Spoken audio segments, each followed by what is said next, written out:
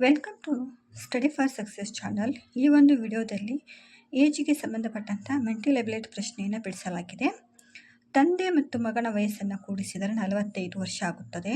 5 ವರ್ಷಗಳ ಹಿಂದೆ ಅವರಿಬ್ಬರ ವಯಸ್ಸುಗಳ ಗುಣಲಬ್ಧವು ತಂದೆಯ ವಯಸ್ಸಿನ 4ರಷ್ಟಿತ್ತು. ಹಾಗಾದರೆ ತಂದೆ ಮಗನ ಈಗಿನ ವಯಸ್ಸು ಎಷ್ಟು? ಮೊದಲೇದು 34 ಮತ್ತು 11. Second answer 35, 10. Third answer 36, 9.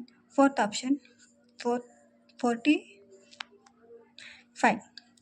ಇದಕ್ಕೆ ನಾವು ಇದನ್ನು ಯಾವ ರೀತಿ ಬಿಡಿಸ್ಬೇಕು ಅಂತಂದರೆ, ತಂದೆ ಮತ್ತು ಮಗನ ವಯಸ್ಸನ್ನು ಕೂಡಿಸಿದರೆ 45 ಆಗುತ್ತದೆ.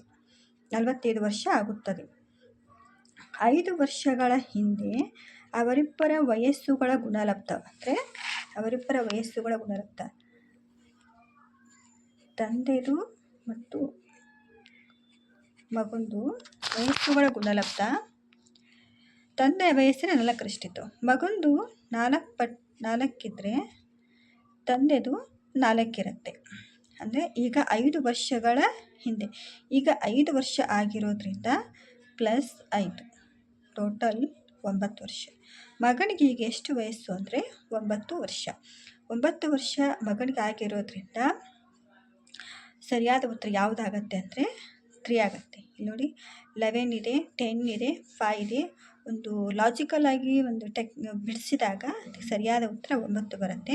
ತಂದೆಯ ವಯಸ್ಸು 36 ಆಗುತ್ತದೆ. ಇದಕ್ಕೆ ಸರಿಯಾದ ಉತ್ತರ ಥರ್ಡ್ ಒನ್.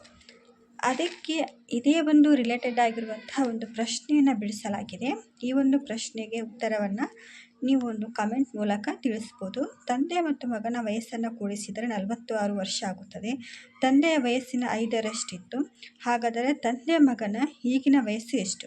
ಇದನ್ನು ಒಂದು ಕಮೆಂಟ್ ಮೂಲಕ ತಿಳಿಸಿ ಅಂತ ಕೇಳ್ಕೊತಾ ಇದ್ದೀನಿ. Thank you for watching. ಮೊದಲೇ ಸಾರಿ ನೋಡ್ತಾ ಇದ್ದರೆ ದಯವಿಟ್ಟು ಈ ಒಂದು ವಿಡಿಯೋನ ಸಬ್ಸ್ಕ್ರೈಬ್ ಮಾಡಿ.